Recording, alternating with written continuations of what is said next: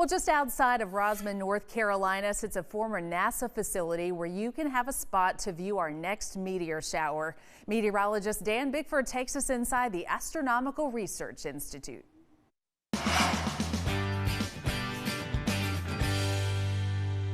So this site was originally built by NASA starting in 1961.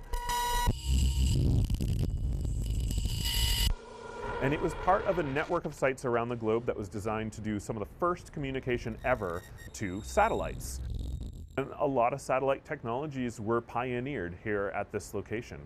The world's first satellite telephone conversation was held here. So NASA ran the site for about 20 years. After that, the Department of Defense came and ran the site for a while, and they used it as a spy site.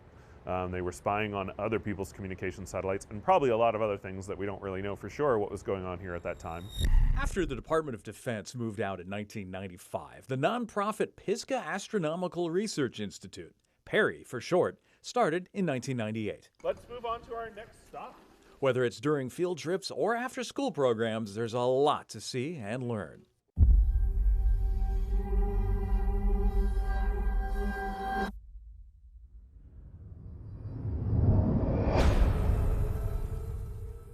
It could be from the on-site collection. This little piece of rock here is what we call a Martian meteorite.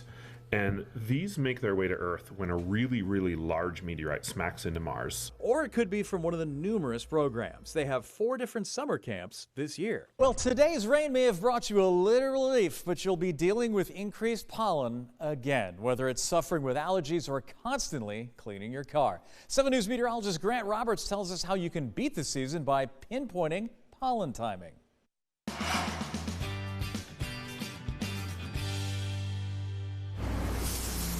If you've had to wash your car every week recently, you're not alone. I just got it fixed, so it was pretty covered in pollen, as you can see, like the crevices. I got to go back and get all that, but it was like real deep in the crevices. It was like almost covered in pollen. Many people are just like Kylan Johnson, either suffering with allergies or constantly cleaning your car. Greenville is ranked number 10 of most challenging cities for seasonal allergies. Well, springtime means green trees and growing plants, but many of us aren't aware of the abundance of edible plants in the wild. I had a chance to get some insight on food foraging with the Omni Grove Park Inn in Asheville.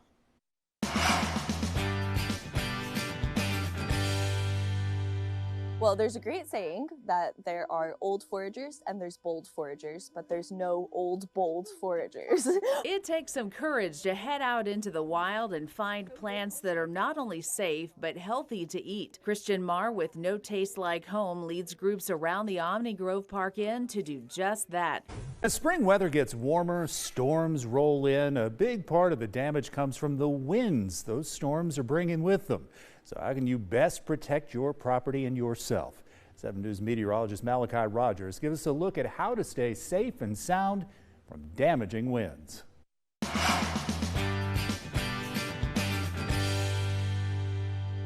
From thunderstorms to tornadoes, we know how destructive and dangerous storm winds can be. Winds of 60 miles per hour in a severe spring thunderstorm can cause major damage, and tornado winds can average speeds around 100. Their destruction can be absolutely devastating. Before the storm hits, homeowners should consider a wind mitigation inspection. So Wind Home Inspection is a national franchise across the United States, and we perform home inspections for buyers and sellers when they're in a real estate transaction process. Well, sometimes with spring storms, we have to watch out for tornadoes. 7 News meteorologist Grant Roberts tells us how to stay safe during tornado season in the Carolinas.